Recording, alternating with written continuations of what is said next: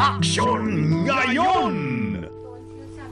Bukas na ang klinika sa Istrenta, ang kaagapay ng bawat kapamilya sa pag-aalaga ng sarili at kalusugan. Kung kapo sa budget, kaya hindi makapagpakonsulta, ako ang kakampi nyo, Doc Dennis, handang tumugon sa inyong mga katanungang medikal. Panlalabo ng paningin. Yes. So, generally, Tita Winnie, iniisip ng tao, pag ikaw ay nagkakaroon ng blurring of vision o nalalabo ang paningin mo, mata. Yes, totoo naman. Totoo naman. Kaso naisipan natin na meron tayong epekto sa mata pag hindi na control ang alta presyon. Ang alta presyon? Yes, hypertensive retinopathy. Nagkakaroon ng sugat, nagkakaroon ng lamat. Yung mga maliliit na ugat papuntang sa retina, yung pinakapelikula ng ating mata o paningin. Film. Diabetes. Diba? Kung ang ang isang diabetiko, pag hindi inalagaan na control ang blood sugar, hindi ba natatamaan yun tinatawag natin bato? Narinig mo na maraming kwento natin na ang isang pasyente ay nagda-dialysis dahil yun nga, nagkaroon ng diabetes na matagal na hindi kontrolado. Bakit? Kasi ang ugat o yung mga blood vessel sa loob ng bato ay maliliit. Kasing liit din po niya ang ugat sa mata. Mga capillaries. So, a konting, I could understand kasi yung mata malapit sa brain. Yes. Siya ang nagre-rehistro ng image. So, pinapadala rin niya sa tinatawag na optic nerve. Kaya nga sinabi mo, pag meron kang issue sa nerve, kumbaga, yung aparato natin, mata, lente, mga tubig, wala naman issue, walang pamamaga. Pero what if meron na ipit sa nerve? Wow. Paano malalaman yun, Dok? Dahil yung iba, Ay, wait! Yes! Sorry to interrupt you. Go ahead, Naalala Tita ko Winnie. na. And you said it was very good. Yung endocrinologist ko, when taas yung blood sugar ko, nag-order siya kaagad ng eye exam na Yes. very rigid. Yes, dahil ba? doon niya makikita sa tinatawag na slit lamp, nilagay yung baba mo sa isang microscope no para sa mata dahil makikita niya yung mga ugat. Mas mabilis tingnan yan kaysa sa kidneys. Correct. At may CT scan pala ng mata. Yes. Hindi ko alam. Detalyado. Ayun lang. So yun ang ibig natin sabihin. Yes. Minsan sa ating problema sa pang-araw-araw na vision o paningin, nagkakaroon tayo ng panlalabo. Okay. Kadalasan dahil sa hangin. Yung dry eyes. Ayan. 'Di ba? Tuyo. Tuyo ang mata mo, kulang sa luha. Minsan naman overuse. Dahil, di ba, may 20-20 rule. Yes. Naalala mo? Yun, dapat pahinga yung mata mo sa loob ng 20 minuto, tumingin sa malayo ng mga 20 meters away ng mga 20 seconds. Mga ganon. So, isa na yon. Okay. Siyempre, ang pagtingin sa gadget, nakakasugat din. Okay. Dahil nag-a-adjust ang ating lente. Actually, pagkatapos nga ng gadget, nag-a-adjust pa rin Hindi sa ba? normal Yes. Pagbaba mo ng gadget, parang teka, ang labo dahil nakahanda iba ka ang sa focus. lens lang Oo. Okay, so makikita natin may mga taong may salamin. Oo nga. Yung naririnig mong nearsighted, farsighted, doble vista, di ba?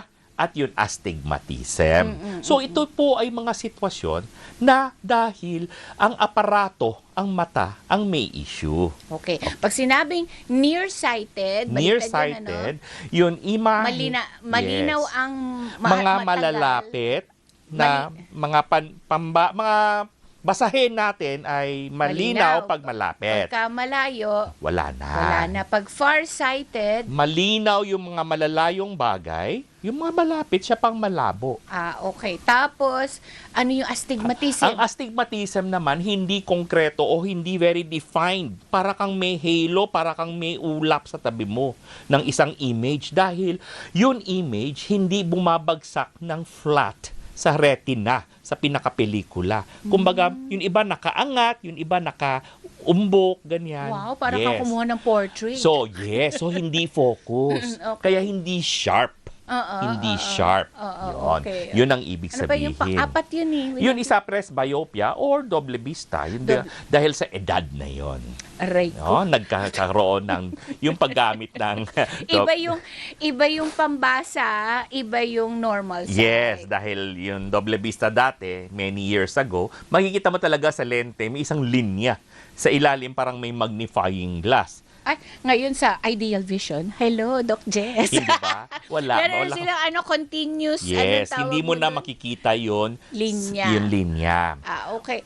Tawag dito, sabi nila pagka daw natulog kang basa ang buhok mo, malalabo mata mo. Hindi yan totoo. So, walang epekto yung basang buhok sa pagtulog sa panlabo ng paningin mo. Isa sa pinakapangkaraniwan na myth na naririnig namin sa clinic, Doc, hindi ko na nga pinapasuot kay Junior yung salamin kasi mas lalo niyang suotin, alam ko mas lalabo lalo. Dahil ang konsepto nila, pag ginamit mo ang salamin, forever ka na nakasalamin. Hindi naman. 'Di ba? Pero may pag-aaral nga dati, pinag-aralan niya sa isang study nung nag-aaral, nung residente ako, bakit may mga estudyante tayong mga Pilipino na bumabagsak at hindi umaabot sa antas? Alam mo, hindi sa kahinaan ng utak or tamad mag-aral. Alam mo ba ang rason? Hindi niya makita ang pisara o yung teaching material. Actually, malabo ang mata. Kaya yun ang isa sa mga importante natin ayusin. Okay. Dahil hindi nagrereklamo ang bata eh. Totoo. Hindi niya alam, sabihin niya, kasi ang layo ng upuan ko eh. Pero pala, meron siyang error of refraction. Actually, yan yung nangyari sa pamangkin ko eh. Nung umpisa, hindi nila alam. Yes. Kaya lang, ang nanay, yung kapatid ko, mahilig siya yung yung random Q&A, Yes. exercises, Oo, pagka oo.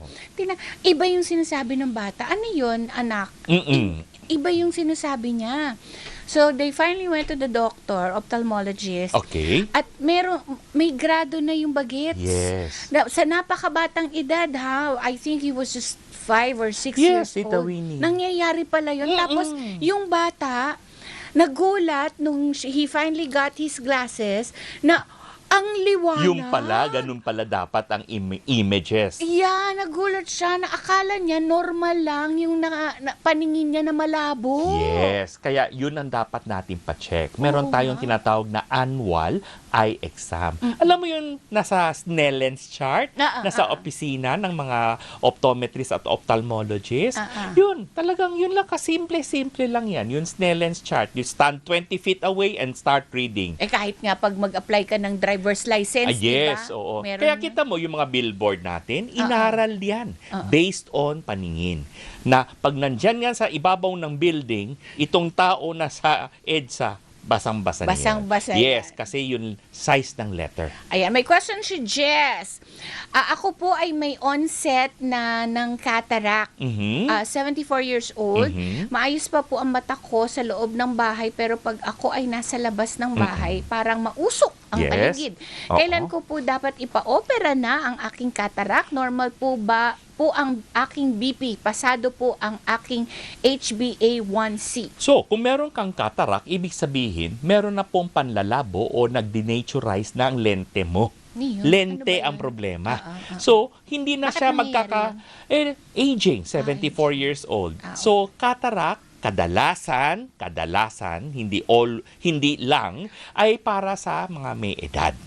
Pero, pwede rin magkaroon ng cataract mas kinabata ka pag hindi kontrolado si diabetes. Yung blood sugar. Yes. Oo, yung lola ko. May lola ako, 104 years old. Okay. Nakakapasok pa ng sinulid sa karayong. So, okay na okay siya. Okay na okay siya. So, sa nagtanong sa atin, yes, patingin mo kung ako, magpapa-opera po ako. Kasi meron ka ng symptoms ng parang nanlalabo at tapos parang cloud daw. Okay. May ulap. Si Paulo, Doc, ano mas better? Salamin o contact lens sa malabong mata? Depende kung anong klaseng problema. Minsan nakakausap ko yung mga ophthalmologists, optometrists, aalamin natin kung anong klaseng lente ang kailangan mo. Now, kung depende rin sa trabaho mo. Dahil pag nag-contact lens ka, syempre nakasara yan dito sa mismo sa eyeball mo. Ang maganda, ang advantage is igalaw mo lang yung mata mo, sumasama ang lente. Pero pag salamin, igalaw mo yung mata mo, nasa side. So, dapat buong ulo ang i-move mo para magamit mo ang lente. Depende riyan sa trabaho mo. Pero kami, sabi ko nga sa mga doktor na kasama ko, kung mag-oopera tayo, huwag kayong mag-contact lens kasi hindi mo sasabihin sa akin kung nalaglag na. Paano yung mga LASIK? LASIK yan. Pwede nga. Pwede natin pa-laser, surgical refraction, ayusin, para hindi ka na magsalamin. Ah, okay. Oo, sige. Si Marami yan. Maraming pwede. Pero meron mga criteria. Sabihin natin, wala kang contact lens na ilang buwan, ilang edad, anong edad mo, anong grado mo. So, pag pumasok ka sa tick lahat mga criteria, pwede ka. Si Joseph, bukod sa kalabasa, ano pa ang mga pagkain makapaglilinaw ng mata? Carrots! Okay, pag sinabi natin kalabasa, carrots, ang habol natin dito ay ang vitamin A. Dahil ito ay kailangan natin po for our night vision. Vision sa gabi. Okay? Dahil dito kinukuha sa vitamin A yung pag-form na tinatawag na retinol, yung mga component para sa gabi. Okay? Ayun. Dahil kung meron kang night blindness, nyctalopia ang tawag, vitamin A deficiency. So, yung vitamin A, beneficial para hindi ka magkaroon ng problema sa paningin mo sa dilim at sa gabi. Hindi siya yung tipong uminom ka at kumain ka ng carrot juice, kalabasa ay magiging malinaw na. Hindi naman. May vitamins ba sa mata? Well, ang basic vitamin sa mata is rest. Hindi yung tipong iinumin mo at mag-okay ka. Okay. Si Carl, bakit kaya overtime, kahit naman updated na ang grado sa salamin ko, pataas ng pataas pa rin ito almost every year? Bakit daw? Depende rin yan dahil sa aging process natin, yung lente natin, hindi na kasing labot, hindi na kasing okay kaysa noon kabataan natin. Kaya medyo nag-a-alter yan. Kasi ang lens natin, sa ulo natin, sa loob ng mata, parang sago. Yun ang consistency. Hindi siya parang mirror or salamin. Ay, last na lang, bago Yes. ka mag-end, no, Doc. Bawal daw maghilamos pagkapagod ang mata. Walang myth. Walang katotohanan po siya. Hindi po siya totoo. At kailangan mo maghilamos din. Dahil yun malinis na face is one of the important factors Of course. para walang foreign body pupunta sa ating mata. Bitin! Pero nasa Facebook at TikTok si Doc. Yes, sundan nyo lang po ako sa Facebook, TikTok. I-type lamang ang ating search name natin, ang username at Doc Dennis Official.